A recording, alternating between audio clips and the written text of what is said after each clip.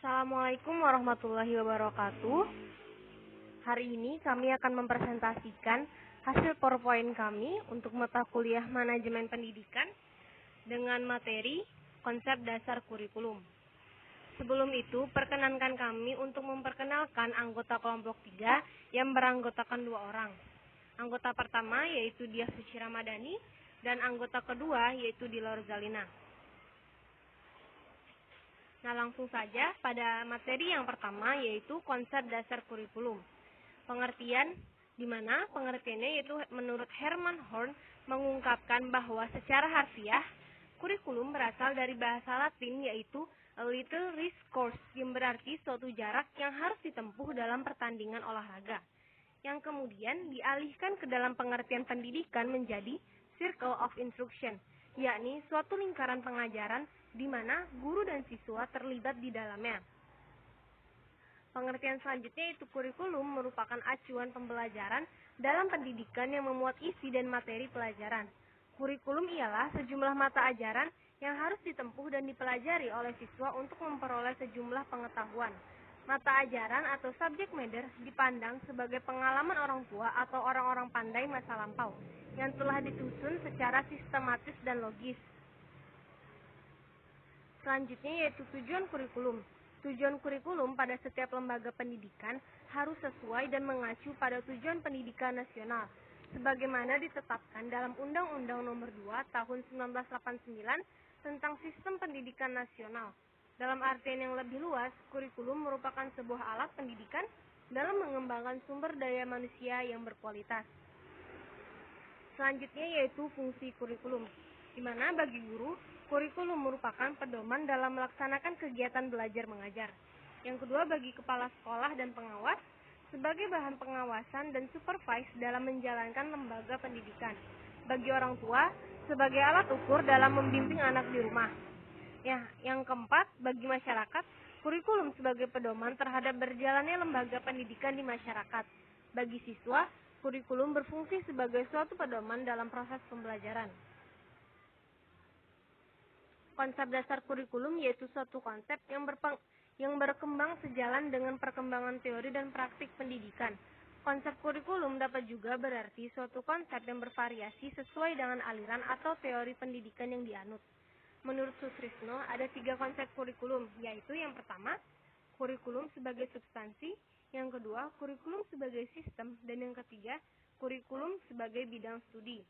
Undang-Undang Nomor 20 Tahun 2003 Pasal 1 menyatakan bahwa kurikulum merupakan seperangkat rencana dan pengaturan mengenai tujuan dan bahan pelajaran serta cara yang digunakan sebagai pedoman penyelenggaraan kegiatan pembelajaran untuk mencapai tujuan pendidikan tertentu. Yang B, pengorganisasian kurikulum. Organisasi kurikulum adalah susunan komponen kurikulum, seperti konten kurikulum, kegiatan dan pengalaman belajar yang diorganisasi menjadi mata pelajaran, program, lessons, topik, unit, dan sebagainya untuk mencapai efektivitas pendidikan. Organisasi kurikulum adalah susunan pengalaman dan pengetahuan baku yang harus disampaikan dan dilakukan peserta didik untuk menguasai kompetensi yang telah ditetapkan. Berdasarkan pengertian di atas bahwa organisasi kurikulum adalah pola dan susunan komponen-komponen kurikulum yang diorganisasi menjadi mata pelajaran, program, lesson, topik, unit yang tujuannya untuk mempermudah siswa memahami apa yang diajarkan sehingga menguasai kompetensi yang telah ditetapkan. Selanjutnya, kurikulum adalah yang memberikan alternatif yang luas sehingga siswa bisa memilih model pembelajaran dan latihan yang sesuai dengan kemampuan, minat, kebutuhan, dan kondisi siswa. Dalam implementasi kurikulum di SMA umpamanya, fleksibilitas kurikulum lebih luas dibandingkan kurikulum sebelumnya. Hal itu dapat dilihat dari model pilihan jurusan atau sekarang diberi nama program studi. Model pengorganisasian kurikulum seperti ini sangat bagus dan merupakan hal baru. Pengorganisasian seperti itu dapat melayani keragaman kemampuan, kebutuhan, dan minat siswa, tetapi pengelolaannya lebih rumit. Kalau tidak ada pembatasan akan terbentuk jumlah membangun belajar yang banyak, dengan jumlah siswa pada setiap rombongan belajar sedikit. Hal itu akan meminta lebih banyak ruangan, fasilitas belajar, dan juga honorarium guru. C. Pengembangan kurikulum. Menurut Abdurrahman Wahid, studi menjelaskan bahwa pengembangan kurikulum adalah perencanaan kesempatan-kesempatan belajar yang dimaksud untuk membawa peserta didik ke arah perubahan-perubahan yang diinginkan dan menilai hingga mana perubahan-perubahan itu terjadi pada peserta didik.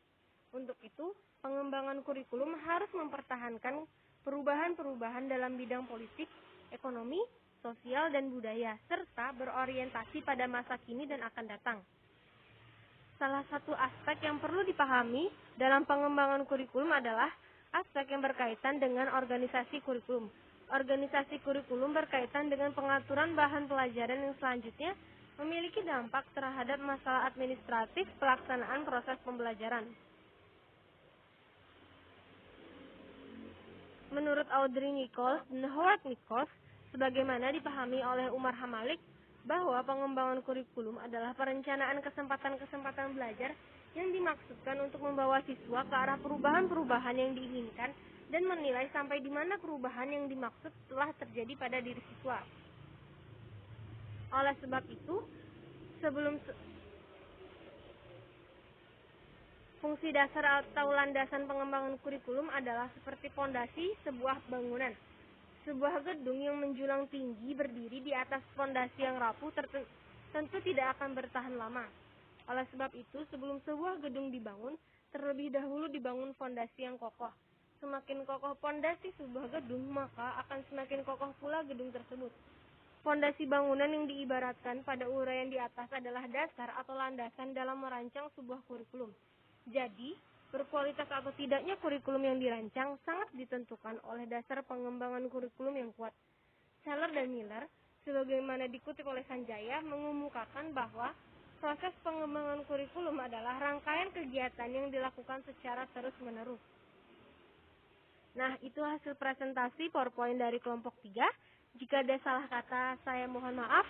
Thanks for watching. Saya akhiri. Wassalamualaikum warahmatullahi wabarakatuh.